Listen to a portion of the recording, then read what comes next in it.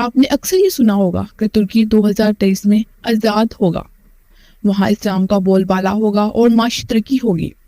یہاں حیران کن بات تو یہ ہے کہ ترکی تو ویسے بھی آزاد اور بااثر مسلمان ملک ہے، معاشی طور پر مضبوط ملک ہے، تو پھر یہ سوال کیسا؟ آج کی ویڈیو میں ہم آپ کو بتائیں گے کہ ترکی کس سے آزاد ہوگا، اور بتائیں گے کہ آج کی اس ترقی یافتہ دور میں جدید ٹیکنالوجی اور نئی نئی ایجادات پر فلمیں ڈرامے بن رہے ہیں۔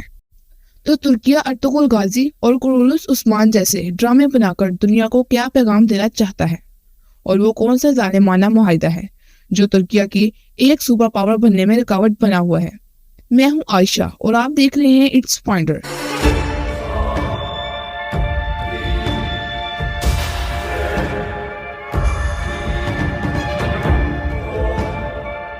جہاں تک یہ سوال ہے کہ 2023 میں ترکی آزادی حاصل کر لے گا، تو پہلے اس پر بات کرتے ہیں کہ آج جدید دنیا میں ترکی کو اقوام عالم میں ایک نمایاں اور اہم مقام حاصل ہے۔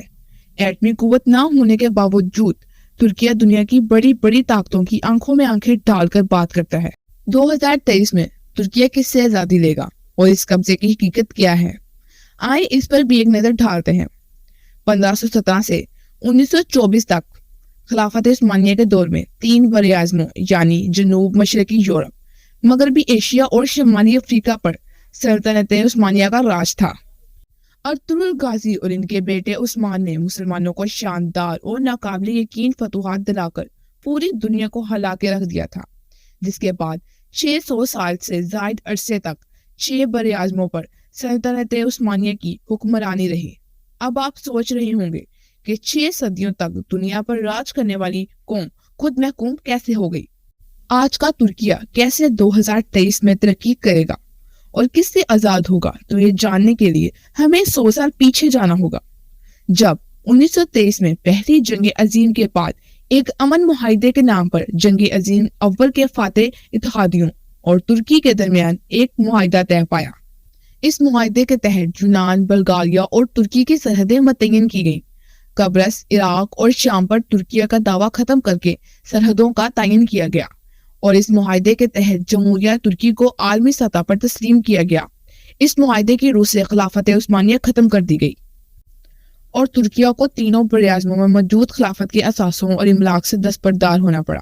معاہدہ لوزان ختم ہونے کی کوئی طے شدہ تاریخ سامنے نہیں آئی، لیکن بین الاقوامی اصولوں کے مطابق کوئی بھی معاہدہ 99 سال سے زیادہ نہیں چل سکتا۔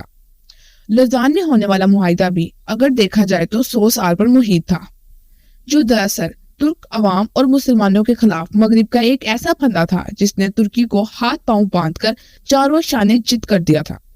اس معاہدے کی روح سے ترکی کو ایک سیکولر اسٹیٹ قرار دیتے ہوئے دین اسلام اور خلافت پر پابندی لگا دی گئی۔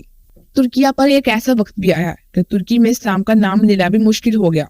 اس شرمناک معاہدے میں ترکی کو معاشی طور پر کمزور کرنے کے لیے اپنی زمین سے تیل نہ نکالنے کا پابند کیا گیا۔ مغرب کی سازشیں یہی ختم نہیں ہوئی، بلکہ آبنائے باسفورس کو مفت عالمی گزرگاہ قرار دیا گیا، جس کے ٹیکس سے ترکی کو بہت فائدہ ہو سکتا تھا۔ آبنائے باسفورس دنیا بھر میں تجارت کو کنٹرول کرتا ہے۔ اس راستے سے روزانہ سینکڑوں بحری جہاز گزرتے ہیں، لیکن لوزان معاہدے میں اسے بین الاقوامی گزرگاہ قرار دیا گیا اور ترکی کو بحری جہازوں پر ٹیکس لگانے سے روک دیا گیا تھا۔ ترکیہ نے 100 سال تک اس ظالمانہ معاہدے پر عمل کیا، لیکن 2023 میں معاہدے سے نکلنے کے بعد اپنی سرزمین سے تیل اور دیگر معدنیات نکالنے کے علاوہ آبنائے باسفورس پر ٹیکس لگا کر اپنی معیشت کو مضبوط بنا سکتا ہے۔ آپ گزشتہ کچھ عرصے سے ارطغرل غازی اور قرولوس عثمان ڈرامہ دیکھ رہے ہیں۔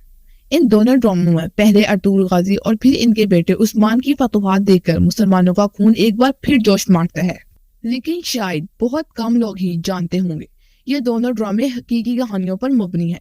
معاہدہ لوزان ختم ہونے کے قریب ہے اور شاید ترکیہ کا ان ڈراموں کا بنانے کا مقصد خلافت عثمانیہ کی بحالی کی طرف ایک قدم ہے۔